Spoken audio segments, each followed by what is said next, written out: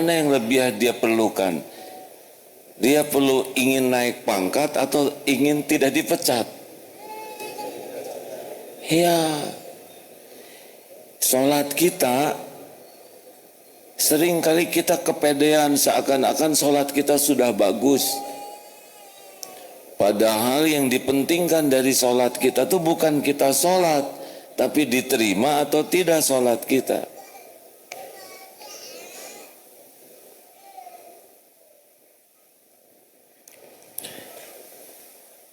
Ciri orang yang memiliki hati bersih, fokusnya salah satu di antara ciri orang yang hatinya bersih adalah sangat fokus memperbaiki kualitas amalnya. Bukan hanya sibuk beramal. Seperti sholat, banyak yang sholat tapi hanya mengerjakan sholat, belum mendirikan sholat. Dan yang lebih buruk lagi, tidak merasa bersalah, sholatnya jelek. Padahal sholat ini adalah sesuatu yang luar biasa, menentukan. Wasta'inu bisabri wassalah, dan jadikan sabar dan sholat sebagai penolongmu. Urusan-urusan yang lain sepenuhnya ada dalam genggaman Allah. Kalau sholat kita bagus, Allah mudah mengurus urusan-urusan kita. Tapi sholat kita asal-asalan.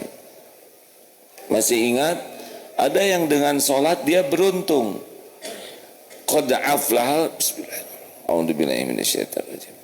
Qad aflahal mu'minuna alladzina hum fi sholatihim khashi'un. Kesuksesan, keberuntungan, kebahagiaan itu tergantung kualitas sholat. Karena sholat itu adalah zikir yang paling lengkap. Zikir dalam keadaan berwudu, suci, sholat. Tidak ada yang mau sholat tanpa wudu. Zikir menghadap kiblat, lengkap dari takbir, tahmid, tahlil, tasbih.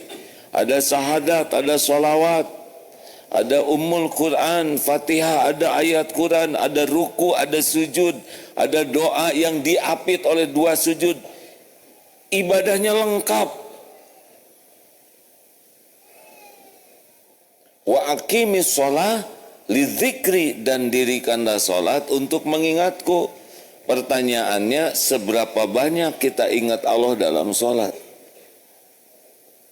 Kalau sukses, apa bedanya? Nah, orang yang mengerjakan sholat dengan yang mendirikan sholat ada bedanya. Kalau yang mendirikan sholat itu hadir dalam tiap bacaan, tiap gerakan, Allahnya itu hadir di hati kita. Dia menghadirkan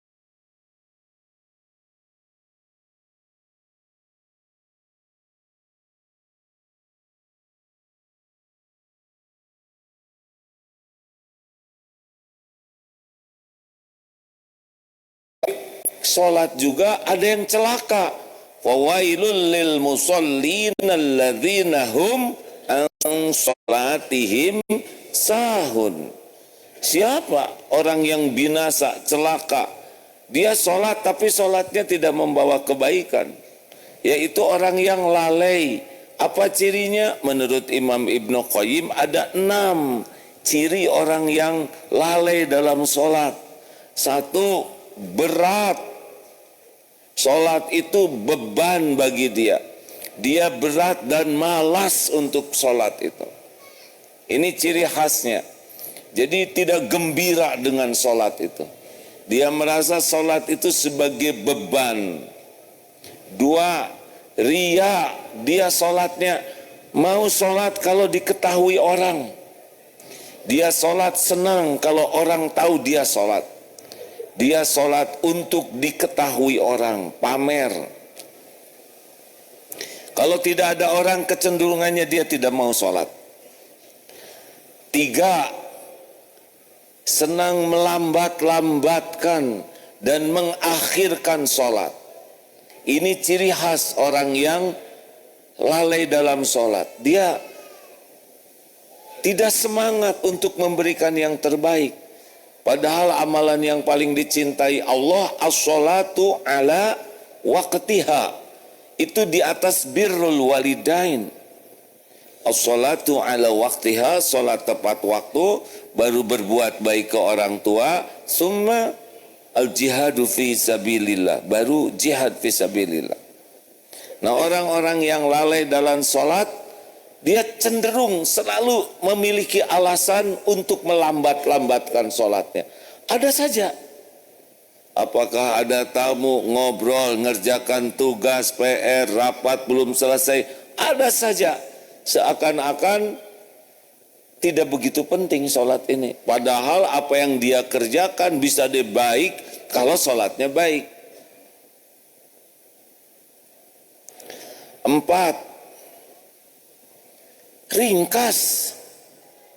Orang-orang yang lalai dalam sholat itu, kalau sholat itu gesit, cepat, ringkas, dan kecenderungannya sujudnya tuh seperti burung mematuk.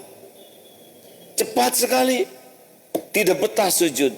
Karena sujud itu adalah saat terdekat seorang hamba dengan Allah. Maka orang yang lalai dalam sholat tidak ada betah sujudnya. Subhanallah, subhanallah. Belum juga beres sudah sujud lagi. Kalau ingin lihat seseorang yang dekat dengan Allah, dia betah sujudnya. Nikmat, karena saat terdekat seorang hamba dengan Allah, sujud. Fa'aksirud du'a, maka perbanyaklah doa. 5. Sedikit ingat Allahnya. Justru dalam sholat segala dipikir. Yang tidak terpikir waktu selain sholat, sholat dipikir. Masuk tuh. Yang harusnya diingat yaitu Allah dalam sholat, justru tidak ada Allahnya, sedikit sekali. Dan yang keenam,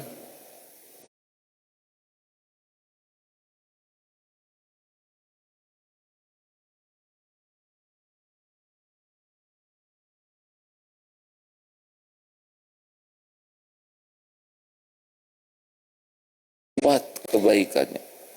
1 langkah menuju masjid menggugurkan dosa. Langkah yang lain mengangkat derajat. Makin banyak jamaahnya di masjid, makin berlipat pahalanya.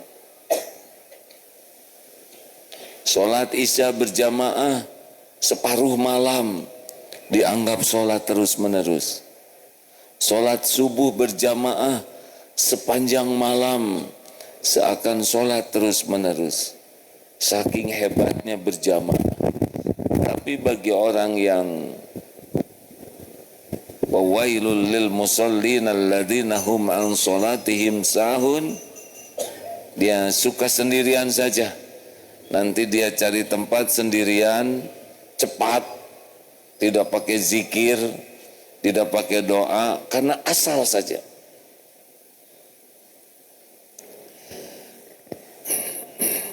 Hadirin, salat kita lebih memerlukan ampunan Allah. Sekarang melamar calon mertua, melamar anak calon mertua.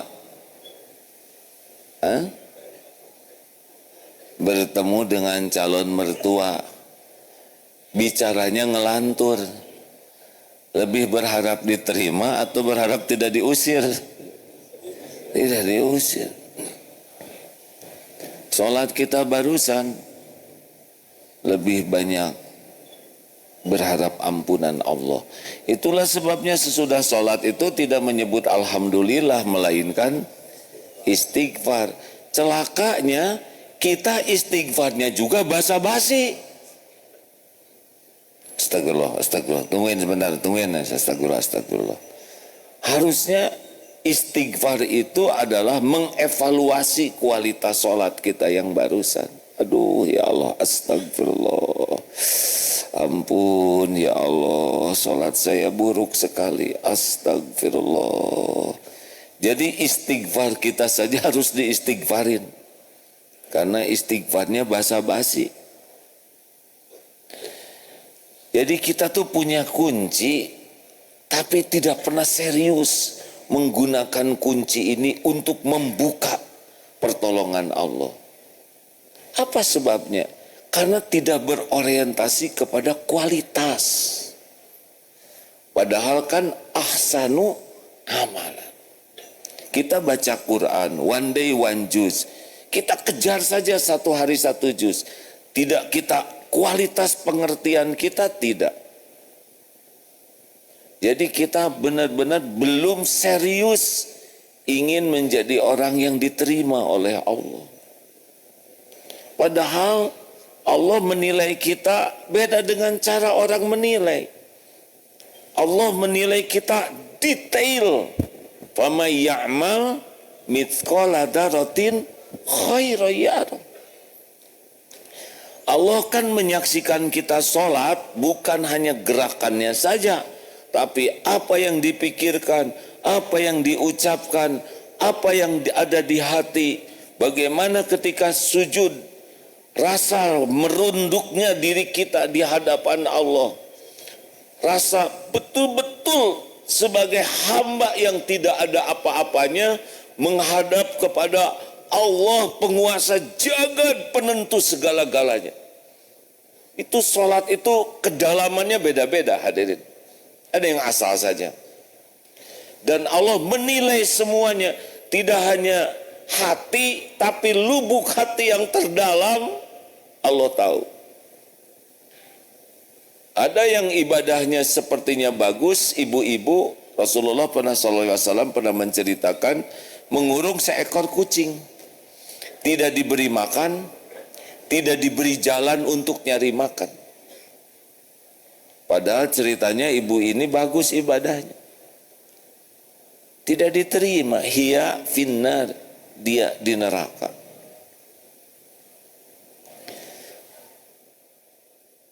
Ada kisah yang pernah diceritakan. Seorang pemabuk di Timur Tengah. Ini ulama yang menceritakan, insya Allah ulama yang sangat berusaha menjaga diri dari hal yang tidak manfaat. Menceritakan ada seorang pemuda pemabuk yang biasanya benar-benar hanya mabuk. Lalu suatu saat ada di masjid, ditanya dengan adab, bagaimana cerita saudara begini? Hari-hari biasa mabuk. Beliau menceritakan, dia biasa mabok. Memang tidak ada lagi yang dipikir selain mabok. Malam hari begadang, siang tidur. Suatu saat dia mau beli makan, persiapan mabok. Karena sebelum mabok itu katanya harus diisi dulu.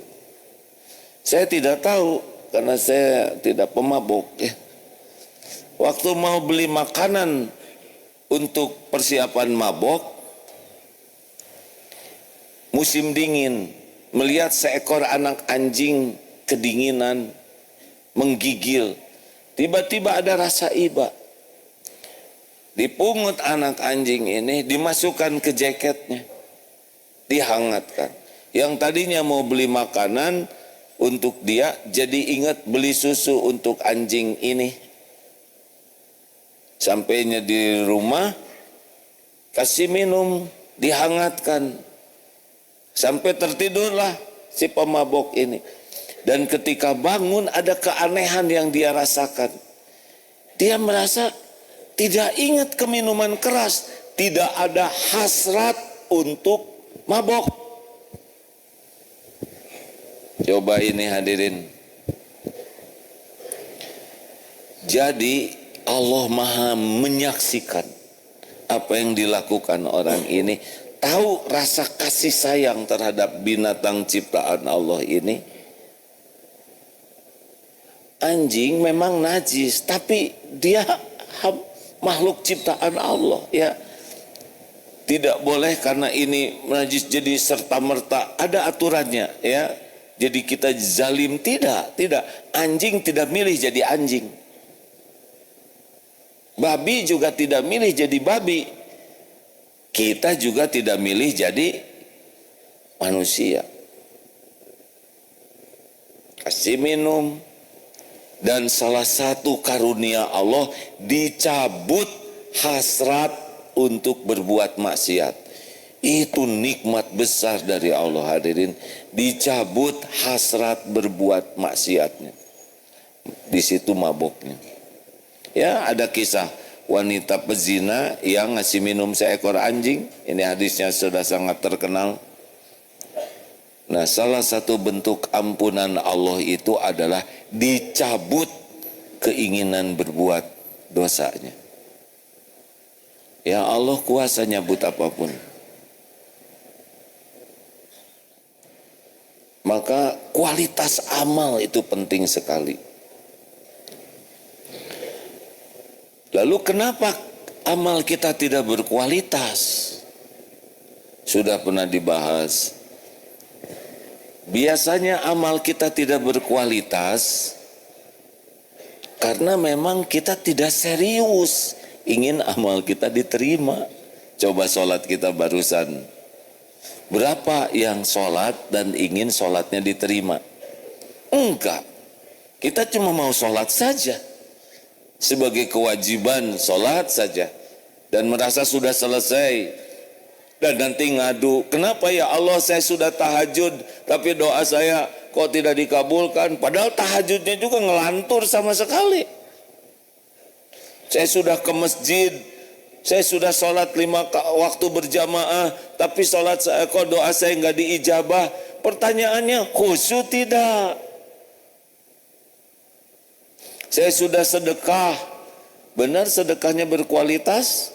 Saya sudah nolong orang, benar berkualitas? Belum tentu. Apa sih yang disebut berkualitas ahsanu amalan? Yaitu amal yang paling ikhlas dan benar ittiba kepada Rasul. Ikhlas inilah benar-benar murni. Kita melakukan amal ini semata-mata agar Allah ridho, agar dapat ganjaran di akhirat kelak. Apa yang menyebabkan orang kurang ikhlas? 3 di antaranya. 1, senang sekali dapat pujian orang. Jadi kebiasaan suka dipuji itu bisa menular ke amal ibadah untuk dipuji orang. Apakah azan pasti ikhlas? Kita tidak boleh menilai muazin ya. Ini kalau kita saja yang azan. Susah ikhlas. Tidak mudah azan ikhlas itu. Ada yang selama azan Allahu Akbar, Allahu Akbar, nggak ingat ke Allah. Yang diingat, oh suaranya. Apalagi ada calonnya yang itu. Apalagi ada calon mertua hadir. Allah, nggak ada Allahnya, ada si calon saja. Atau kompetitor muazin yang lain, rasakan nih azan saya. Atau apa saja, belum tentu mulut menyebut nama Allah ingin diterima oleh Allah. Apakah ngimamin pasti khusyuk? Aduh, berat jadi imam. Lebih aman sholat duhur dan asar. Kalau sudah maghrib, isya, subuh, bisa pamer tahsin. Selama sholat ingin diakui tahsin kita paling sempurna, bisa pamer lagu, bacaan. Ingin kelihatan merdu dan paling merdu, tidak ada yang mengalahkan. Apalagi kalau di sana ada 2 imam pertandingan, ingin memperlihatkan hafalannya, dicari yang orang lain tidak ada yang hafal supaya kalau salah nggak ada yang bisa ngoreksi. Ingin pamer panjang nafas, 1 nafas itu Fatihah sampai amin. Ingin diketahui kekhusyuan, cari ayat-ayat yang bikin nangis supaya diakui dirinya khusyuk. Bisa acting itu ngimamin itu. Mungkin jamaah terpesona dengan suaranya yang indah. Allah tahu ini acting. Termasuk muhasabah doa. Ada yang doa tuh nggak ingat Allah.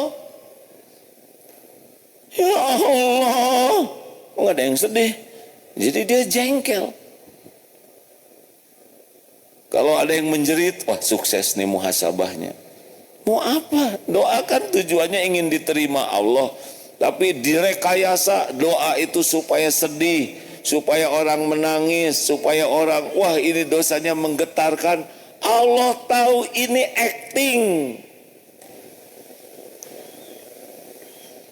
Keikhlasanlah yang paling Allah sukai. Mungkin doanya sederhana, tapi ikhlas. Allah yang menghujamkan di hati orang. Apakah ceramah begini pasti ikhlas? Nah nyebut aja bisa nggak ikhlas itu. Pura-pura soleh ya. Ceramah seperti ini bisa acting. Merasa lebih mulia. Merasa paling yakin ke Allah. Merasa paling paham agama, lebih soleh dari yang lain. Bisa acting begini, ingin pamer hafalan, ingin pamer dalil, ingin pamer pengetahuan, ingin pamer kekuatan daya ingat, ingin pamer pendidikan yang sudah dijalaninya. Ceramah seperti ini benar-benar bisa jadi gudang dosa ini. Ujubnya, riaknya, takaburnya bisa dipakai nyerang ustadz yang lain sambil ceramah nih. Dipakai mempermalukan orang. Kalau nggak hati-hati, 1 jam bicara, dosanya melimpah ruah, apalagi diliput pakai medsos, orang menyimak dan meniru keburukannya. Ceramah bisa binasa.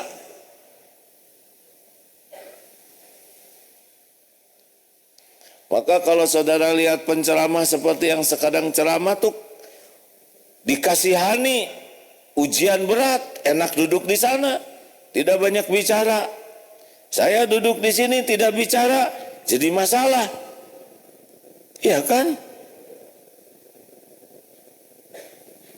Doa, ya Allah, kasihani A'agim, hambamu yang banyak bicara itu. Engkau tahu ilmunya yang sebenarnya, engkau tahu hatinya, sikapnya yang sebenarnya.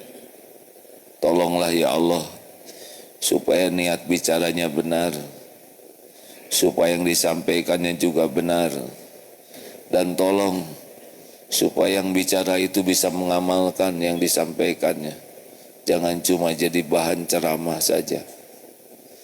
Lindungi ya Allah dari niat yang salah, ilmu yang salah, amal yang tidak diterima. Saya bersyukur benar kalau semua yang menyimak ini doa begitu.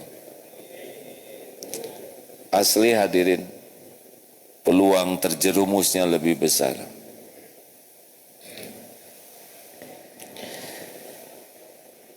Ahsanu amalan. Mari kita sekarang fokus kualitas amal sing ikhlas. Melakukan apapun, mau mungut sampah sing ikhlas. Di toilet ada kecoa telentang di WC, diapain? Apa Pak? Diinjak? Jangan langsung soleh, yang asli dulu, diapain? Disiram. Kalau bapak jadi kecoa maunya diapain? Kecoa kan kalau sudah telentang susah tengkurap sendiri. Kalau kita yang jadi kecoa maunya diapain? Diinjak, diseblok, digeprek pakai sendal jepit. Qadarullah tuh ada kecoa satu terpleset di depan kita, telentang begini. Diapain deh? Disemprot pakai baygon supaya supaya kecoanya tidak bergerak lagi, lebih cepat mati, mengurangi penderitaannya gitu. Ya, saya tidak memaksa orang harus sepikiran ya, karena kesian katanya kalau begitu terus umur hidup, lama meninggalnya gitu maksudnya. Itu bukan pendapat saya ya. Kalau bisa mah tolong aja lah, siapa tahu dia mau menikah, hanya nasibnya diuji terpleset. Kita tidak mengerti cara berpikir, tapi itu satu kaum juga itu. Takdir Allah bukan kita melihat kecoa terpleset. Ada maksudnya tidak dari Allah. Tolonglah. Dan cukup, tidak usah diposting. Cukup saja. Tolong. Tidak ada yang lihat, Allah pasti lihat. Innallaha khabirum bima ta'malun. Allah maha teliti dengan apapun yang kau kerjakan. Innallaha la yakhfa alaihi syai'un fil ardi wala fis sama. Sesungguhnya bagi Allah tidak ada yang tersembunyi di bumi maupun di langit. Tolong, sing ikhlas. Demikian pula kalau kita mau ngasih sesuatu ke orang, kasih sebelum orang mengangkat tangannya minta. Jaga perasaannya. Jangan sampai kita memberi dan merasa kita berjasa. Karena sebetulnya yang lebih beruntung yang diberi atau yang memberi. Di atau kita yang beruntung. Uangnya Allah yang menyediakan. Ketemu dengan orang yang perlu, Allah yang mempertemukan. Kalau kita bisa menolong orang dengan ikhlas, kita yang beruntung. Kita dipilih oleh Allah jadi jalan nolong orang. Ini nikmat besar. Tidak usah merasa saya sudah menolong, tapi Allah yang menolong dan kita diberi karunia jadi jalan. Udah nggak usah ngaku-ngaku, mau sedunia tidak tahu, tidak ada masalah. Kepilihnya kita jadi jalan dari Allah, udah lebih dari cukup.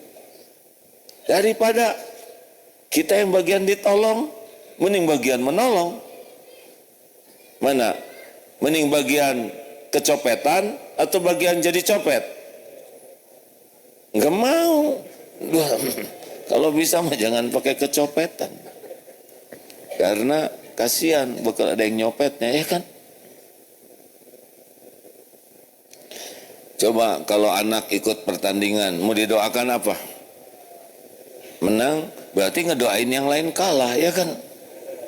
Zolim. Doakan supaya jadi amal soleh semuanya. Dan yang penting bukan jadi juara, yang penting jadi amal soleh. Enak kan? Terus digali seperti kita memberi nih ya. Ada yang ngasih begini. Misalkan uang kegedean, uang segede gini ada. Mana tuh punya apa? Ah inilah ya. Ini nih, tolong ambil. Ada. Bisa begitu? Oh enggak, maaf Ustaz, jangan diambil. Diperiksa betulan nih. Jadi ketahuan nggak ada isinya. Misal, kita bisa ngasih uang begitu lempar, tapi kita bisa ngasih dengan cara yang baik. Kita bisa pakai kata-kata yang lebih baik juga. Atau kita simpan sehingga dia tidak merasa malu. Banyak tingkatan kebaikan. Terus ahsan, cari tingkatan yang lebih baik, lebih baik, lebih baik lagi. Seperti menyapa, betekok. Apa betekok? Assalamualaikum Kang. Bisa. Assalamualaikum warahmatullahi wabarakatuh. Bisa. Apa kabar? Semoga Allah memudahkan segala urusan. Bisa cari yang lebih baik, lebih baik, lebih baik. Nah, di sanalah sebetulnya target kita setiap waktu itu. Ahsanu amalan.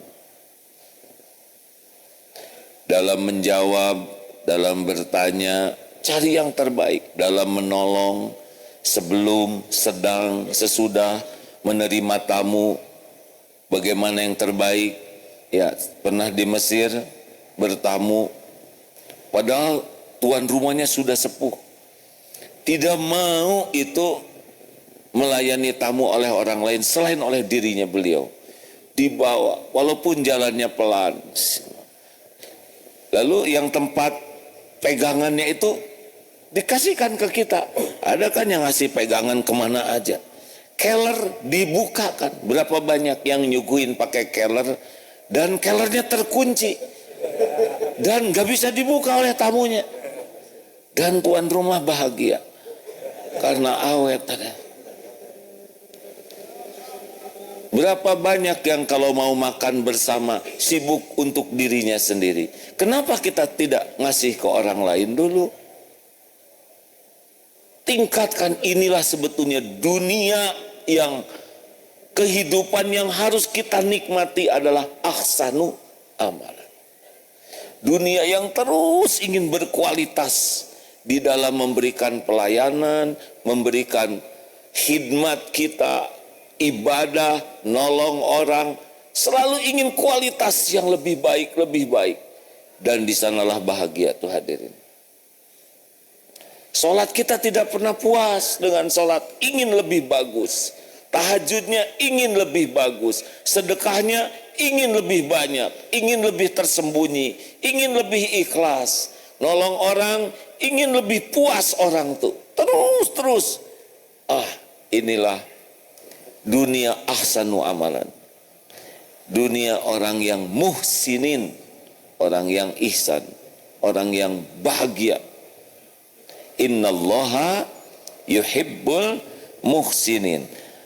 Al-Baqarah 195, wa ahsinu innallaha yuhibbul muhsinin. Dan berbuat baiklah kalian, sesungguhnya Allah sangat mencintai orang yang berbuat kebaikan. Jadi tugas kita tuh improvement, terus meningkatkan kualitas kita untuk bisa berbuat yang terbaik dalam hidup ini. Kita tunggu aja saat kematian kita dengan puncaknya ihsan. Setuju? Mau bahagia? Nah, itulah tempatnya bahagia. Karena muhsinin ini puncaknya.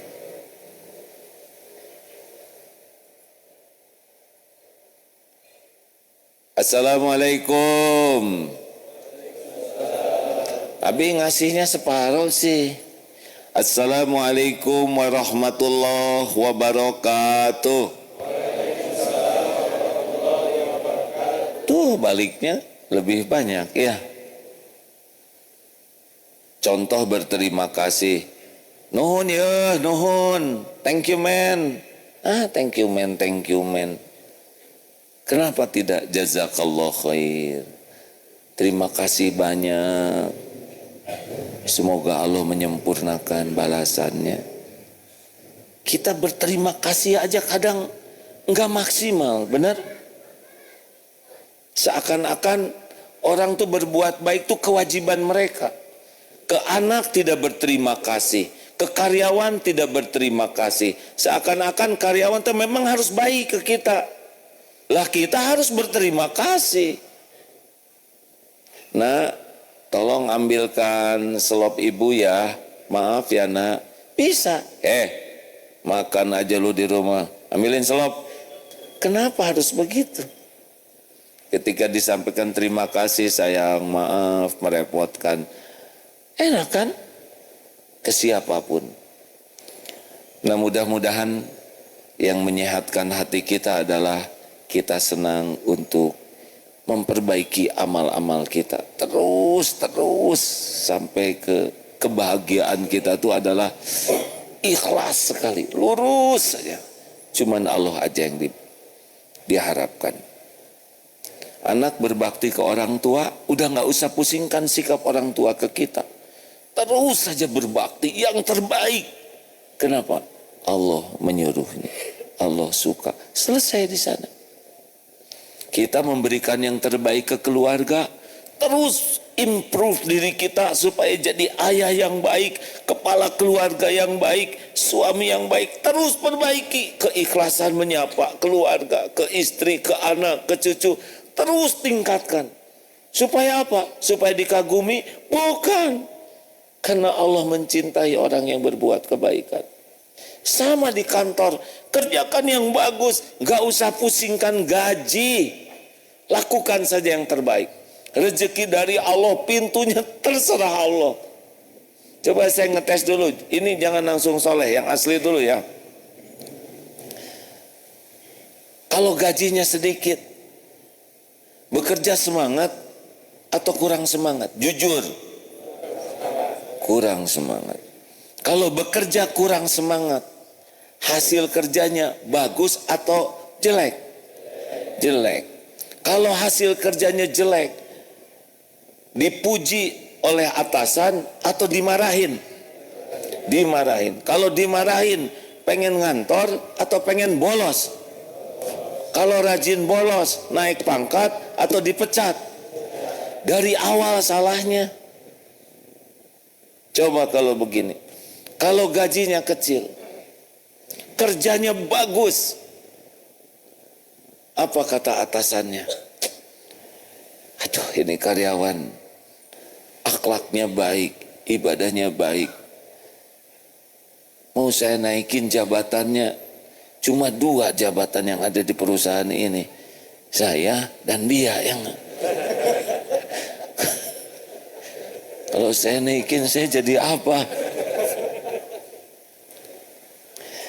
Tapi saya malu, dia kerja sebagus ini, saya tidak bisa memberikan imbalan yang layak. Telepon ke temannya, ini bro, saya punya karyawan baik akhlaknya, kerjanya baik, insya Allah saya jadi garansinya. Silakanlah, di saya kebaikan nggak pantas di saya, terima. Bisa direkomendasi, benar. Tapi kalau tadi ini ada karyawan nyebelin banget, jangan diterima. Sudah lakukan saja yang terbaik. Perintahnya itu Al-Baqarah 195. Wa ahsinu innallaha yuhibbul muhsinin. Jangan hitung-hitungan kalau berbuat baik itu ya, supaya Allahnya juga ngasih ke kitanya nanti unlimited menurut Allah. Terima kasih. Ada yang akan ditanyakan? Tidak ada ya? Alhamdulillah. Bu, ibu, ada ibu-ibu kah? Kalau berbuat baik ke suami, jangan supaya suami baik ke ibu, kurang ikhlas. Kenapa ibu baik? Baik aja, sudah. Mau suami berterima kasih atau tidak, menghargai atau tidak, itu terlalu kecil untuk menjadi cita-cita kita. Lakukan aja sebagai amal soleh. Enak begitu hadirin. Bertanding, gak usah pikirkan piala. Piala cuman plastik. Gak usah pikirkan piagam, cuman kertas. Lakukan aja bertanding tuh yang terbaik saja.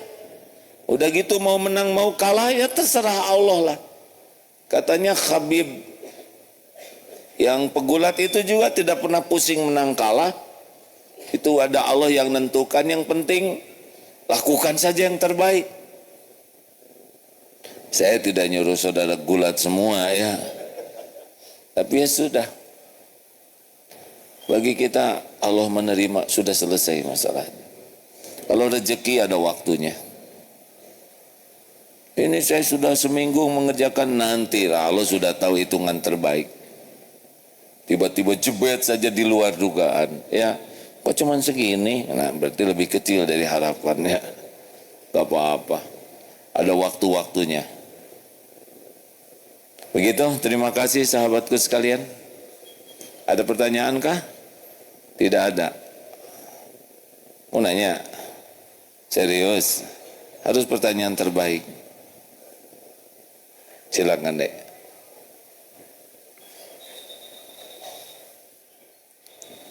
Santri karya jangan suka setengah-setengah ya, lakukan yang terbaik. Allah nanti yang mengatur semuanya. Balasan dari Allah selalu pasti ada. Hal jazaul ihsan illal ihsan. Tiada balasan bagi kebaikan kecuali kebaikan. Ya dek. Assalamualaikum warahmatullahi wabarakatuh. Waalaikumsalam warahmatullahi wabarakatuh. Izin bertanya, ini terkait ini saya sering dengar sering memperingatkan bahwasanya orang gagal itu bukan karena soal, tapi karena jawaban atau cara menyikapinya. Pertanyaan saya, bagaimana cara menyikapi kelapangan dan kesempitan dalam dunia ini, A? Terima kasih, A. Kelapangan disyukuri, kesempitan disabari. Ada lagi pertanyaan yang lain? Kan jelas, ajaban li amril mu'min inna amrahu kullahu khair. Sungguh menakjubkan keadaan orang yang beriman, semua urusannya jadi kebaikan. Walaisa dzalik li ahadin illa lil mu'min, dan tidak ada yang bisa begitu kecuali orang yang beriman.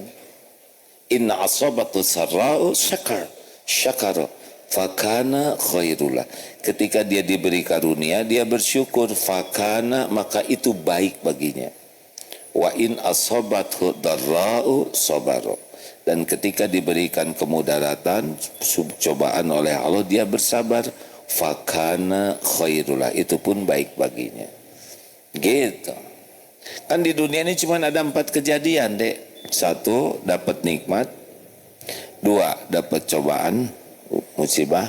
3, ini dari Allah, 2 ke kita. Dari kita 2 ke Allahnya. 1, kita beramal. Yang kedua, kita tergelincir. Cuma ada 4 kejadian. Kalau dapat nikmat kita bersyukur, jadi kebaikan. Ketika diuji oleh Allah kita sabar, jadi kebaikan. Ketika kita beramal kita ikhlas, jadi kebaikan. Ketika tergelincir segera tobat, jadi kebaikan.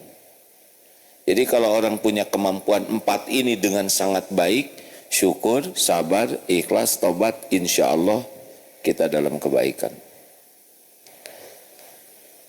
Terima kasih. Saya kira itu jawaban atas pertanyaan yang belum disampaikan ya. Sudah cukup. Terima kasih sahabatku yang baik, praktekan sama-sama ya. Terus tingkatkan kualitas amal soleh kita. Sing ikhlas, hanya Allah saja, dan lurus-lurus saja di jalan yang Allah sukai. Tidak usah neko-neko. Bahagia itu hanya ada pada jalan yang Allah sukai. Kalau kita milih jalan yang tidak Allah sukai, berarti kita memilih menderita. Tidak ada bahagia dalam dosa, tidak ada bahagia dalam maksiat. Nauzubillah. Allahumma salli ala Sayyidina Muhammad wa ala alihi wa ashabihi ajma'in. Ya Allah, taqabbal minna ya arhamar rahimin. Taqabbal minna siyamana wa qiyamana wa salatana. Taqabbal minna ya arhamar rahimin, innaka antas samiul alim. Duhai Allah, terimalah amal-amal kami. Ya Rabb, bukakan hati kami agar kami semakin yakin padamu. Allahumma inna nas'aluka imanan kamilan. Ya Allah, karuniakan kepada kami iman yang sempurna. Wa yaqinan shadiqan, keyakinan yang benar ya Allah. Wa qalban khasyian, hati yang selalu khusyuk bersamamu. Allahumma a'inna ala dzikrik wa syukrik wa husni ibadatik. Ya Allah, tolonglah kami agar kami selalu ingat padamu. Dimanapun, kapanpun hati ini tidak pernah berpaling darimu. Tolonglah kami agar menjadi hamba yang senantiasa bersyukur ya Allah. Tenggelamkan diri kami dalam syukur yang tiada bertepi terhadap-Mu. Dan bimbing kami ya Allah agar bisa mengabdikan seluruh hidup ini di jalan yang Engkau ridhoi. Ya Allah, jadikan umur yang tersisa ini menjadi ahlul yakin, menjadi ahli amal soleh yang ikhlas dan istiqomah. Rabbana atina min ladunka rahmah wa hayyi' lana min amrina rasyada. Ya muqallibal qulub tsabbit qulubana ala dinik. Duhai Allah yang membulak-balik hati, tetapkan hati ini dalam agama-Mu ya Allah.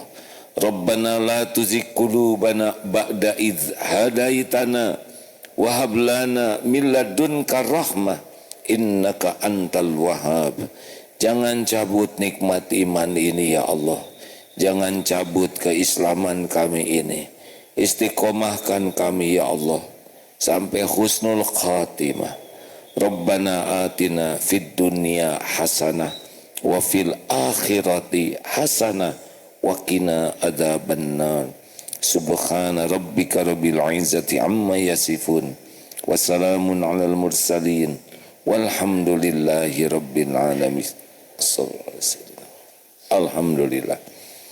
Semoga Allah mengampuni semua dosa kita, dosa ibu bapak kita, dosa kaum muslimin, muslimat, mukminin, mukminat. Selamat menikmati, mengevaluasi amal dan terus memperbaikinya. Assalamualaikum warahmatullahi wabarakatuh. Subhanakallahumma bihamdik asyhadu an la ilaha illa ant astaghfiruka wa atubu ilaik. Alhamdulillah. Nuhun. Ya,